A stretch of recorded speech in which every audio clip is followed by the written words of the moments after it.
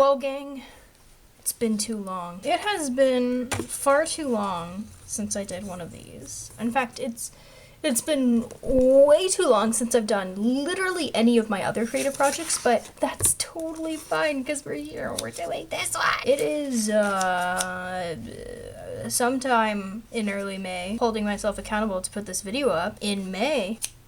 I'm trying to make a schedule. It's not going well. Then again, what else do you expect from me? You shouldn't really expect much else from me. But yeah, hi everybody, hope you're doing well. We're doing another work of beauty today. Another absolute freak of nature beauty today. I'm very excited. One more cut. And that. So we're going to be using some extra special washi tape, which is tape that has already been used. Let me tell you a story. I am not the best car expert, you know, I'm not the greatest expert when it comes to knowledge about vehicles, and why would I? Why would I have any inclination towards understanding vehicles? Me? Beyond me.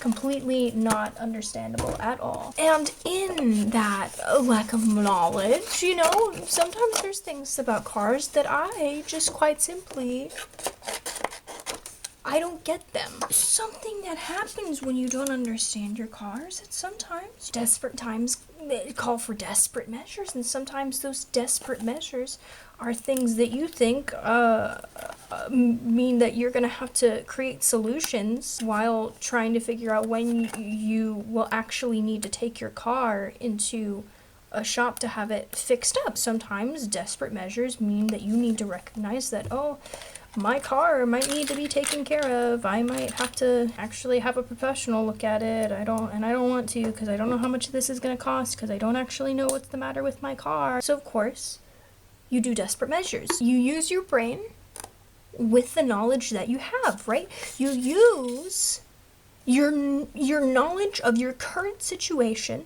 without knowing anything outside of your knowledge, because you know that's how knowledge works. Right? That's how knowledge works, is that you use your knowledge to solve problems and you work smarter, not harder, to solve your issues.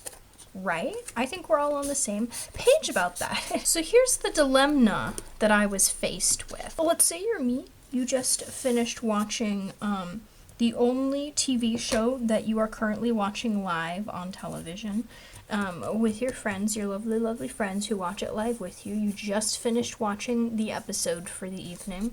It's dark out. You're walking back to your car. You get in your car and you're like, oh my goodness, I'm so glad to have this car. Wow, it's so great. It's a lovely little car, right? And then you turn on your car and you get going. And you put it into drive. You put your car into drive, right? And by doing so, you start driving, right? You start driving. And, you know, everything makes sense for about a second and a half before everything in your car goes completely dark. And then you say, what's this? What's going on here? I'm moving. My car is functioning. The engine is going. And I am moving. So why on earth can I not see anything on my dash? You continue to drive. You drive very safely. You just don't know how fast you're going because you can't see your dash. That's the issue. That's the issue at hand. Your dash is completely dark. You can't see anything on it. And you go, oh, okay, so I guess I'm going to be driving really cautiously the rest of the way home because heaven help me if I get pulled over and have to explain to a cop that, no, sorry, I actually don't know how fast I was going.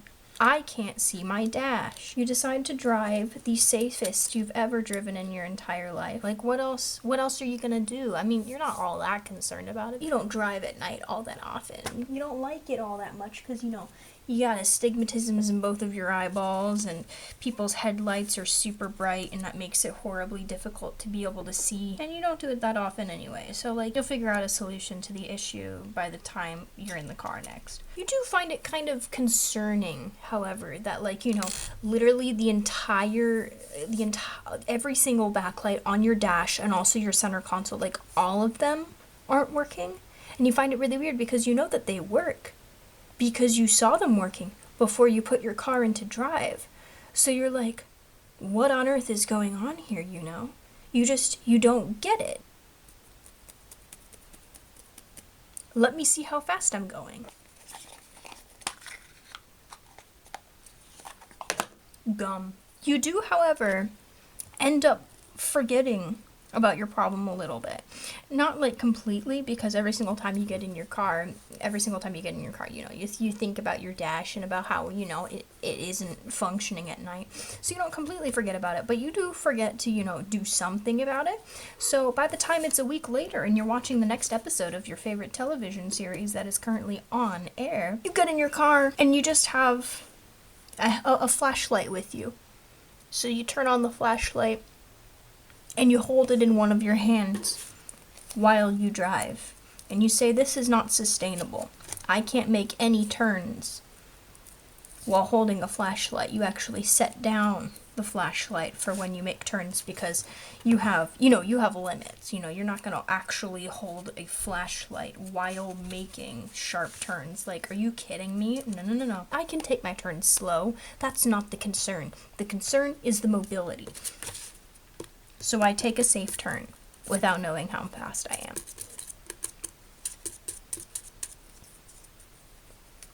It's fine, but I've solved the initial issue. If I desperately need to know how fast I'm going, I can just pull out a flashlight. But this is still not the most sustainable thing in the world because, you know, it's annoying. You decide next week, next time you're driving out late, you need to have a different solution figured out the week after. You sit in your car, you pull out some washi tape, and you pull out some string lights, and you washi tape them to your dash, and you say, that'll do, pig. Now, the only problem with this plan, however, is the fact that it looks like you have a bomb taped to your dash. And that's not ideal. That's not an ideal situation for anyone, I think. Nobody ever voiced any concerns about these string lights just sitting on my dash. It looked like a bunch of wires just wired around and around and around the dashboard. But hey, I could see my dash, and I could see it hands-free. And that's what mattered most. More than anything else. What mattered most was being able to know how fast I was going at night. Friendly reminder, it's still night out. You kind of do need to know how fast you're going. And I finally did. Yet again. You know, more than anything, you're just incredibly grateful that you've, like, finally found a solution to your problem. Like an actual, you know, solution to your issue. You can be hands-free. You can drive your car. You can know how fast you're going.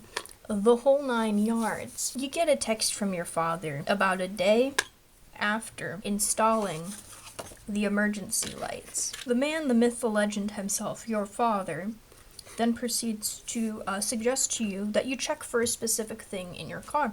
And that specific thing in your car being a very specific dial. It's a very particular dial. It's a dial having to do with the backlights on your dash. Now the thing about that is, you didn't know that was a thing that existed. You didn't realize that there was a dial in the car potentially that could, like, adjust how bright the dash lights are on your car. So you go out to your car, and apparently the dial is, like, you know, to the left of your steering wheel, so you look for it. There's this, like, weird dial thing that you've been wondering what it did for probably about the entire time you've owned this car. You've wondered, I wonder what that dial does. Lo and behold, it was the droid you were looking for. And you turn the dial all the way up, and all of the lights on your dash go back to normal.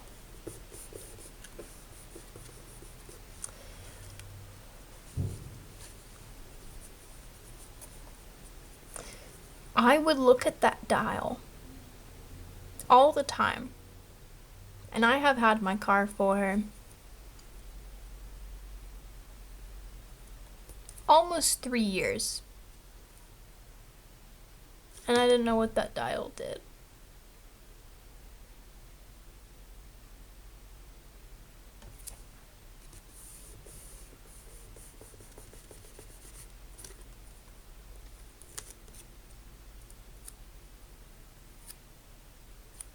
Moral of the story.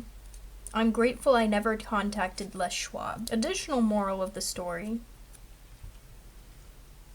Your car has a dial that adjusts the brightness of the backlights on your dash, and you should know where yours is.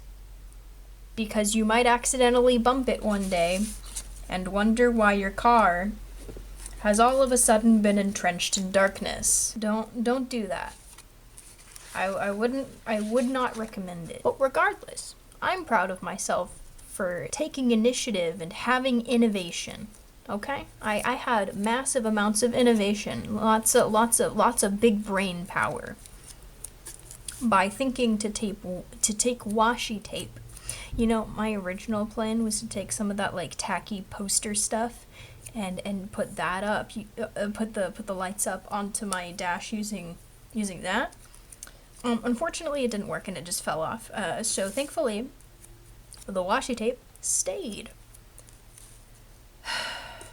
And I have been laughed at by all of my friends. Every single person I have told that to has laughed at me.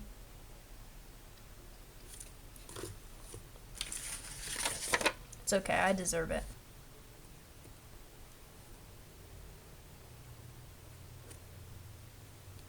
There we go. Let this serve as a reminder to everyone that I know how fast I'm going.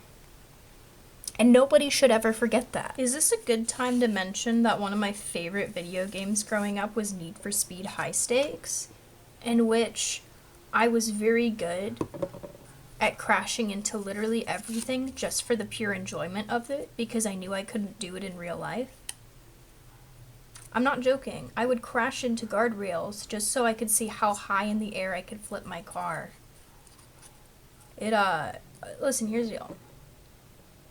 It was the scariest thing about me. I'm not a very intimidating person, but my driving skills in race car games should be enough to make people think twice. I think it's time for crayons.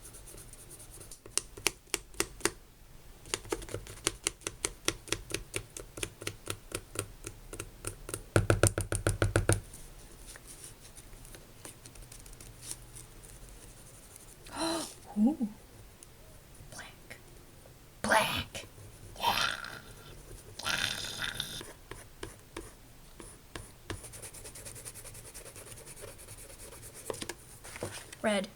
Red.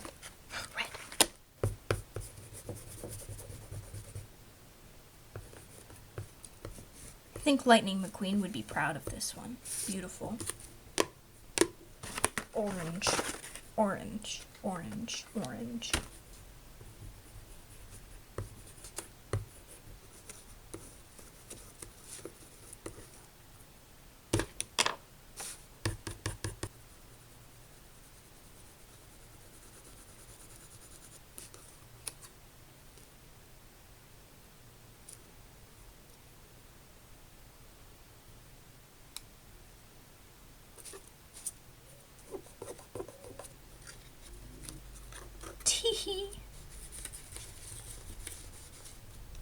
This is very healing of my inner child. Look at that! Look at all the pretty colors. Wow!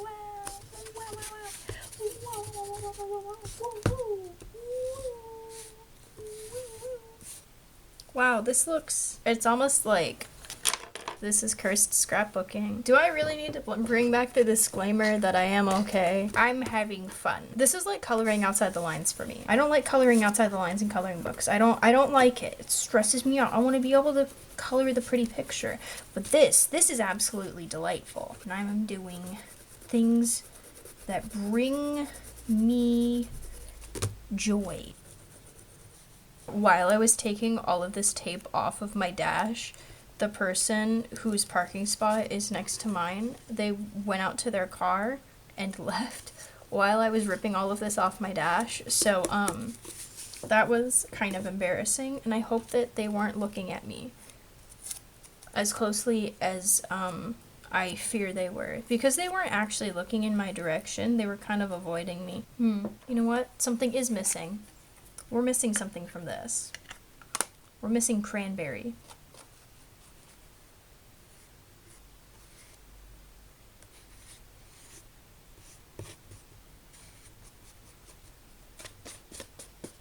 I think the cranberry is fitting for this one. It adds to the fast and furiousness of it. The fastness, the furiousness, the pathos that I'm trying to convey here. I believe that the cranberry brings that out. I think it pulls it out of the shadows. I think it pulls it to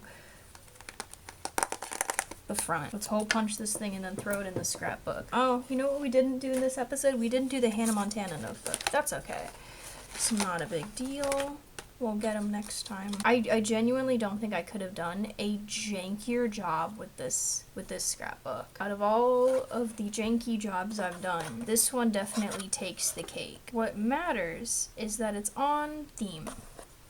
Cursed. Alright.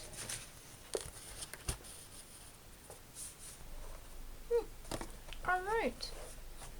Let's go take a look at it on the floor because I don't have enough space up here. Wow. There she is in all her glory. The next addition to the scrapbook. Beautiful, graceful, everything she should be, everything she's cracked up to be. The moral of today's video is,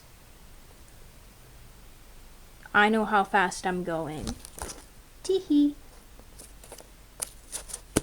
There we go. Okay, everybody. I guess I'll see you next time. Bye.